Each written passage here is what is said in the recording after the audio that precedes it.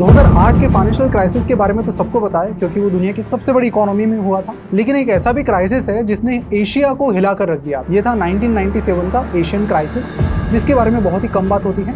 लेकिन जब George Soros की रिसेंटली काफ़ी सारी चर्चाएं हो रही थी, उस टाइम हमने बात की थी एक वीडियो में कि उन्होंने एशियन क्राइसिस से भी बहुत ज़्यादा पैसा कमाया और उन पर कई सारे ऐसे आरोप है कि एशियन क्राइसिस उन्हीं की वजह से आया था। तो फिर हमने आपसे ही पूछा था कि कौन कौन इसके बारे में जानना चाहता है। तो जिस हिसाब से कमेंट्स आई हैं, तो हमने डिसाइड किया कि चलिए आज हम डिटेल में इस फाइनेंशियल क्राइसिस के बारे में बात करते हैं कि आखिर कैसे ये फाइनेंशियल क्राइसिस हुआ और बाद में कैसे ये क्राइसिस एक कंट्री से लगभग पूरी एशिया में फैल गया। नमस्कार, मैं प्रसाद आपका आज के इस वीडियो में स्वागत करता हूँ। आज के इस वीडियो के प्रायोजक है मोबीक्विक, जिनके बारे में हम वीडियो में आगे बात करेंगे।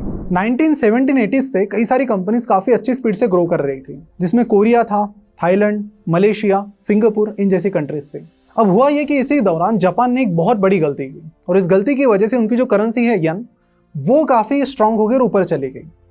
अब उसकी वजह से हुआ ये कि जो कई सारे इन्वेस्टर्स हैं, चाहे वो जापान के खुद के इन्वेस्टर्स हो या फिर जापान के बाहर के इन्वेस्टर्स हो, उनके लिए जापान एक अट्रैक्टिव इन्वेस्टमेंट अपॉर्चुनिटी नहीं था, क्योंकि उसकी वजह से यन बहुत ऊपर जाने की वजह से वहाँ पर जो कॉस्ट ऑफ प्रोडक्शन है वो बढ़ने लगा। तो मैन्युफैक्चरिंग इन्वेस्टमेंट अपॉर्चुनिटीज वहाँ पर लगभग नहीं के बराबर हो गई थी। अब जापान की इस गलती की वजह से हुआ ये कि जापान के जो इन्वेस्टर्स हैं, अब वो बाहर अपॉर्चुनिटी देखने लगे कि ऐसी कौन कौन सी कंट्रीज हैं जहाँ पर अगर हम इन्वेस्ट करते तो बहुत अच्छे रिटर्न्स आ सकते हैं। तो ऐसे टाइम थाईलैंड का लक बड़ा अच्छा था कि बराबर उसी टाइम उनकी इकोनॉमिक परफॉर्मेंस बहुत अच्छी चल रही थी।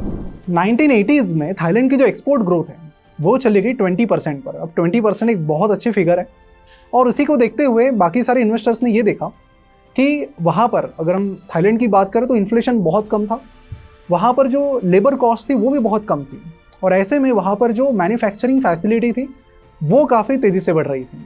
उसी बीच क्या किया कि थाईलैंड की गवर्नमेंट ने कुछ चेंजेस लाए कि हम जो इम्पोर्ट ड्यूटी है उसे 30% से घटाकर 17% कर रहे हैं। अब इस तरह के कई सारे जो इनिशिएटिव्स हैं वहाँ की गवर्नमेंट ने लिए ताकि वहाँ पर मैन्युफैक्चरिंग फैसिलिटी काफ़ी तेज़ी से बढ़े और इसी वजह से फिर वहाँ पर जो FDI का इन्फ्लो है, फॉरेन डायरेक्ट इन्वेस्टमेंट, वो काफ़ी बढ़ गया। और आपको बता दूं कि पिछली सेंचुरी में उन कंट्रीज़ को काफ़ी ज़्यादा फायदा हुआ जहाँ पर FDI काफ़ी भर कर आ गया और यही बेनिफिट आखिरकार थाईलैंड को मिल गया। और FDI आने का देखिए सिंपल सा लॉजिक ज़्यादा टाइम यही होता है कि उन इन्वेस्टर्स को जहाँ पर लगता है कि आपकी कंट्री उन्हें उनकी खुद की कंट्री से बेटर रिटर्न दे सकती है और आपकी कंट्री के जो और कंपटीटर हैं उनसे भी बेटर रिटर्न आप दे सकते हैं, तो ऐसे में वो आपके पास आते हैं इन्वेस्टमेंट करने के लिए।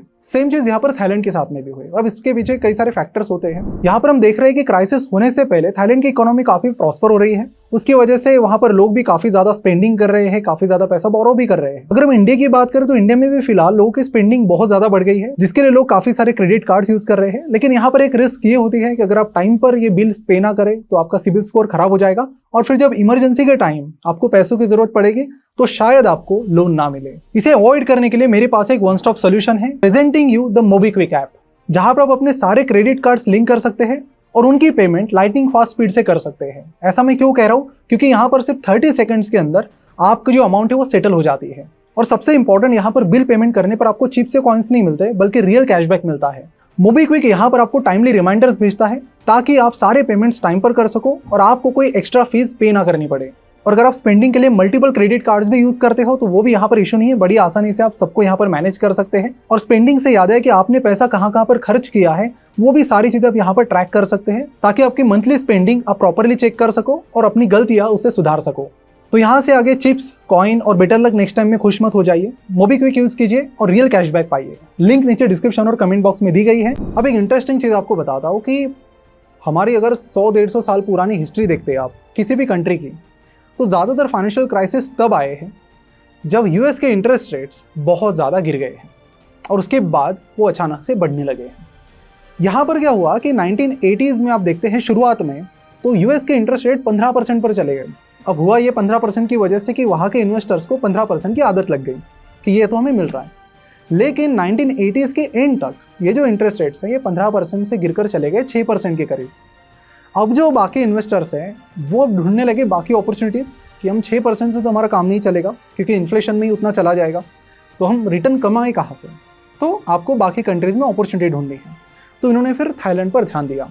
और जैसे अगर हम इंटरेस्ट रेट्स की बात कर रहा हूँ तो इंडिया में भी कुछ यही हुआ था कि पिछले कुछ सालों में जब US का इंटरेस्ट रेट बहुत कम था, 0.25% के करीब था, तो इंडियन स्टार्टअप्स में बहुत क्रेजी पैसा आया था, चाहे वो फिर 2020 हो या फिर 21 हो।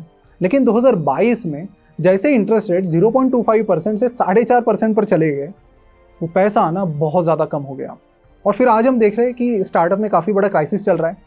तो खैर आज के वीडियो का ये टॉपिक नहीं है, लेकिन अगर आप चाहते हैं इस पर भी वीडियो बनाओ तो कमेंट करके ज़रूर बताइए, उस पर भी एक डिटेल्ड वीडियो लेकर आएंगे।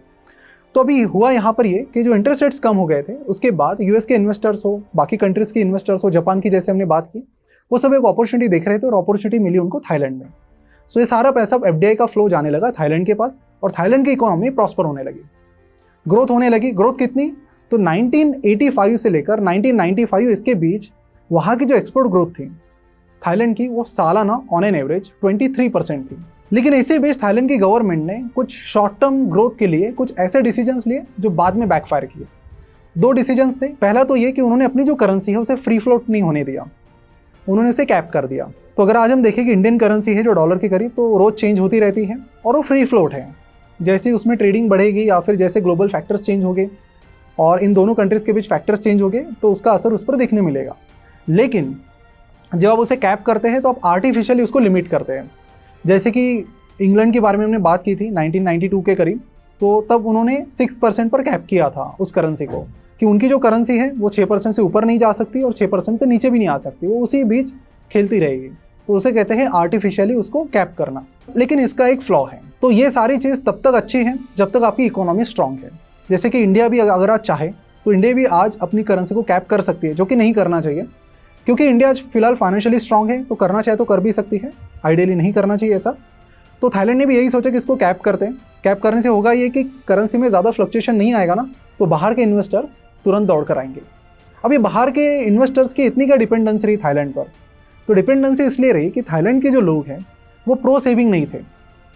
अब उन्होंने क्या किया कि ज़्यादा पैसा उनके पास खुद का है नहीं, कुछ सेविंग ज़्यादा है नहीं, तो मैन्युफैक्चरिंग फैसिलिटी बढ़ानी है तो घर का पैसा नहीं, थाईलैंड का पैसा तो है नहीं, तो आपको बाहर से पैसा लाना पड़ेगा और उसकी मदद से आपकी इकोनॉमी को ग्रो करना पड़ेगा। और इसीलिए फिर थाईलैंड की गवर्नमेंट ने जो भी पॉलिसीज़ बनाई वो इस हिसाब से बनाई कि एफडीआई को अट्रैक्ट कर पाए। इसलिए फिर इन्होंने क्या किया कि करेंसी को कैप कर दिया ताकि सबको लगे कि इनकी करेंसी बड़ी स्टेबल है। दूसरी चीज़ इन्होंने ये की कि फॉरेन से जो भी पैसा आ रहा है उसके लिए हर बार वहाँ के जो सेंट्रल बैंक है उनसे आपको परमिशन लेने की ज़रूरत नहीं पड़ेगी। अब ये सारी चीज़ें करने के बाद वहाँ पर इन्फ्लो तो बहुत तेज़ी से आया। लेकिन फिर हुआ ये कि 1990s का जो टाइम है 95-96 के करीब, तब इसकी जो कंपटीटर कंट्री थी वो भी इमर्ज होने लगी। और यहाँ पर थाईलैंड के लिए सबसे बड़ी प्रॉब्लम आई, वो कौन सी? वो थी चाइना। चाइना में अचानक से इंडस्ट्रियल डेवलपमेंट बहुत तेज़ी से बढ़ने लगा। और क्योंकि पिछले 10 साल में जैसे 1985 से 1995 थाईलैंड बहुत तेज़ी से ग्रो कर चुका था, तो थाईलैंड को चाहिए थे बहुत सारे लोग जो इंडस्ट्री में काम करें। अब उनकी पॉपुलेशन उस टाइम थी 6 करोड़ लगभग। अब ऐसे में जो बाकी लोग चाहिए वो लाएंगे कहाँ से? मतलब आज की भी बात करें तो आज भी थाईलैंड में जो गारमेंट इंडस्ट्री है वहाँ पर काम करने के लिए लोगों का शॉर्टेज है। सेम शॉर्टेज जो है वो 1995 से शुरू होने लगा।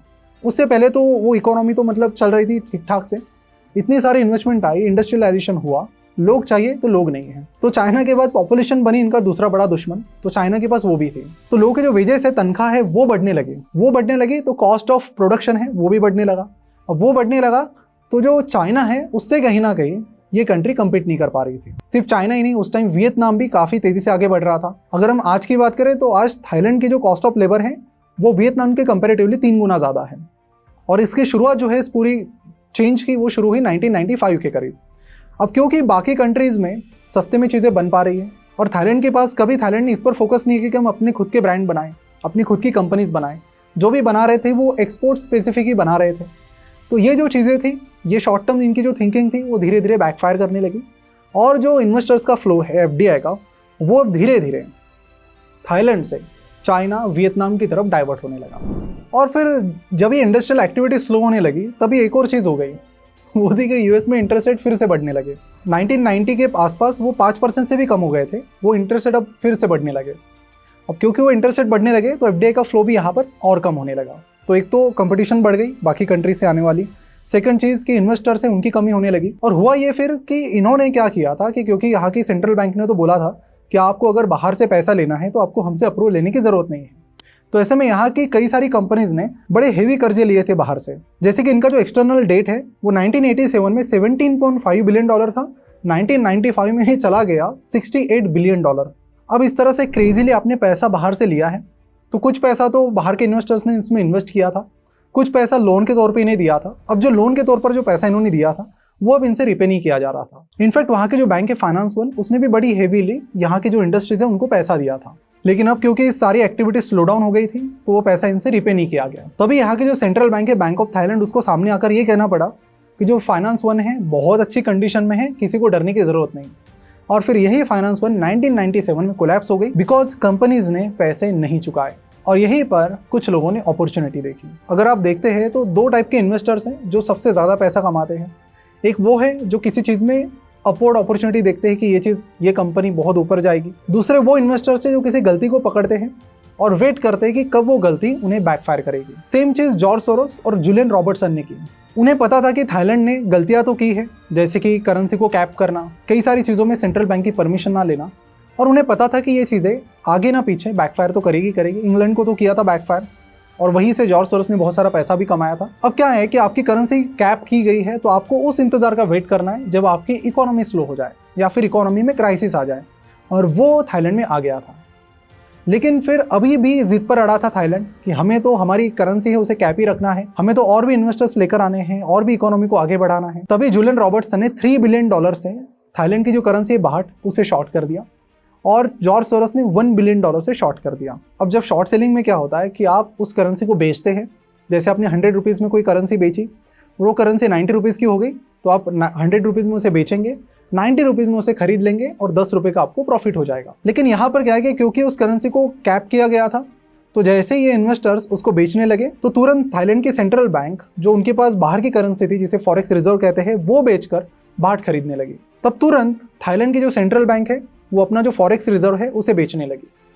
अब उसकी वजह से उनका जो फॉरेक्स रिजर्व है वो लिमिटेड होने लगा, और फिर आखिरकार उन्होंने हाथ खड़े कर दिए कि अब हमारे पास उतना फॉरेक्स रिजर्व है नहीं कि हम अपनी करेंसी को आर्टिफिशियली इसी रेंज में रख सके। और जैसे उन्होंने कैपिंग हटाई, अगले 4.5 महीने में वहाँ की करेंसी 60% से गिर गई। अब इसमें जुलियन रॉबर्टसन हो या फिर जॉर्ज सोरोस हो, इन्होंने तो बहुत पैसा कमा लिया। दूसरी चीज़ तो ये थी कि थाईलैंड पूरी तरह से क्राइसिस में फंस गया था, लेकिन अब बारी थी इस क्राइसिस के और आगे बढ़ने की। अब सवाल ये आता है कि ये जो थाईलैंड का क्राइसिस है ये बाकी एशियन कंट्रीज़ में कैसे गया, धीरे धीरे बाकी कंट्रीज़ भी कैसे इसके प्रभाव में आ गई। चलिए उसके बारे में बात करते हैं। अब ये जो क्राइसिस था वो तुरंत south Korea, Singapore, Hong Kong, Malaysia, Indonesia और फिलीपींस में चला गया। अब कई सारे लोगों का तो इस पर कहना है कि इन जो बाकी कंट्रीज़ में ये क्राइसिस चला गया वो इसलिए चला गया क्योंकि उनके जो फाइनेंशियल सिस्टम थी वो वीक थी, लेकिन मेन रीज़न वो नहीं था। 2008 में फाइनेंशियल क्राइसिस यूएस में आया तो उन कंट्रीज़ को सबसे ज़्यादा फर्क पड़ा जिनका लिंकेज बहुत स्ट्रांग था यूएसए से। जिनका यूएस से कुछ भी लेना देना नहीं है उनको तो कोई प्रॉब्लम ही नहीं था। यहाँ पर भी इस केस में देखें तो ये जो 7 कंट्रीज़ हैं इनके साथ थाईलैंड का बहुत स्ट्रांग लिंकेज था। इन कंट्रीज से 1975 में थाईलैंड में सिर्फ $139 मिलियन का इंपोर्ट होता था। ये इंपोर्ट 1997 तक कहाँ पर चला गया? $10 बिलियन। $139 मिलियन से $10 बिलियन। इन कंट्रीज जो होने वाला एक्सपोर्ट है थाईलैंड से, उसकी अगर हम बात करें तो वो 1975 में $548 मिलियन था और 1997 में ये चला गया $15 बिलियन। इनफैक्ट अगर हम थाई प्रोडक्ट्स की बात करें तो उसका भी ज़्यादातर जो यूज़ है वो इन्हीं कंट्रीज़ में है। इनफैक्ट 46% यूज़ अकेले सिंगापुर में है, और ये जो बाकी कंट्रीज़ है वहाँ पर भी थाई प्रोडक्ट्स को काफ़ी यूज़ किया गया। तो ये जो स्ट्रॉन्ग लिंकेज था इसकी वजह से हुआ ये कि थाईलैंड में जब ये सारी प्रॉब्लम आई तो धीरे धीरे ये प्रॉब्लम माइग्रेट होने लगी बाकी कंट्रीज़ में। तो अब जैसे थाईलैंड की इकोनॉमी क्राइसिस में आई, ये सारी कंट्रीज़ में भी ये क्राइसिस धीरे धीरे फैलने लगा। यहाँ पर भी इसी तरह के इंडस्ट्रियल प्रॉब्लम्स आने लगी, यहाँ पर भी इसी तरह की डेट डिफॉल्ट्स की प्रॉब्लम आने लगी, और फिर ये जो पूरा क्राइसिस है इससे फिर 1997 का एशियन फाइनेंशियल क्राइसिस कहा जाने लगा। अब इसमें कई सारे लोगों का ये आरोप भी है कि जॉर्ज सोरोस ने वहाँ के जो थाईलैंड की गवर्नमेंट है उनके साथ नेगोशिएशंस करके वो जो कैप थी वो हटाई थी, और उसकी वजह से ये सारा क्राइसिस हुआ। अब इसके बारे में कुछ प्रूफ्स तो सामने नहीं आए हैं। अब देखिए कई सारी इकोनॉमीज जो है जब शॉर्ट टर्म के लिए डिसीजंस लेती है तब तक लॉन्ग टर्म में उसको सफ़र करना पड़ता है। जैसे कि थाईलैंड का हमने एग्जांपल लिया, इन्होंने करेंसी को कैप किया था, सेम चीज़ इंग्लैंड ने भी की थी। दूसरा जो बड़ा प्रॉब्लम होता है शॉर्ट टर्म थिंकिंग का वो होता है मनी प्रिंटिंग का, जो कि इन्होंने किया था यूएस ने 2020 में, जिसके अंजाम अब भुगत रहे वो, और जिन कंट्रीज़ पर उनकी बहुत ज़्यादा डिपेंडेंसी है वो इस पूरे साल में बहुत ज़्यादा अंजाम उसका भुगतने वाली है। इनफैक्ट मैं आपको बता दूँ कि IT आउटसोर्सिंग बिजनेस जिसकी बहुत ज़्यादा डिपेंडेंसी है आज यूएस पर, वो तब सफ़र करती है जब यूएस में प्रॉब्लम आती है। तो इसीलिए किसी भी कंट्री को जब भी आप इकोनॉमिक पॉलिसी बनाओ तो ऐसी ही बनानी होती है कि आपको शॉर्ट टर्म का सिर्फ नहीं सोचना है, आपको हमेशा लॉन्ग टर्म सोच के चलना है। और लॉन्ग टर्म बेनिफिट्स का अगर आप ध्यान रखोगे तो इस तरह की मिस्टेक्स भी नहीं होगी और इस तरह की प्रॉब्लम भी नहीं होगी। और करंटली अगर इंडिया की बात करूँ तो इंडिया इस तरह की किसी भी चीज़ में फिलहाल तो इंडल्ज नहीं कर रहा है, और जो कि लॉन्ग टर्म में हमें काफ़ी ज़्यादा बेटर पोजीशन पर लेके जाएगा बाकी कंट्रीज़ के कंपैरेटिवली। तो इस पूरी केस स्टडी से लर्निंग यही है कि थिंक लॉन्ग टर्म, और वही आपको बेटर बनाएगी as an individual, as a country, दोनों तरीके से। आशा करते हो कि सारी चीज़ें आपको समझ में आ गई होगी। अगर समझ में आई है तो प्लीज़ चैनल को सब्सक्राइब करके बेल आइकन पर क्लिक कीजिए और इसी तरह के वीडियोज़ के लिए बने रहिए हमारे साथ। अगर आप वो स्टार्टअप क्राइसिस का भी वीडियो चाहते हैं तो नीचे कमेंट करके ज़रूर बताइए, उस पर भी जल्दी एक बड़ा ही इंटरेस्टिंग वीडियो लेकर आएंगे जिसमें काफ़ी ऐसे चौंकाने वाले फैक्ट्स और इंटरेस्टिंग चीज़ें हम आपको बताने की कोशिश करेंगे। मिलते हैं अगले वीडियो में। Thank you so much for watching this video.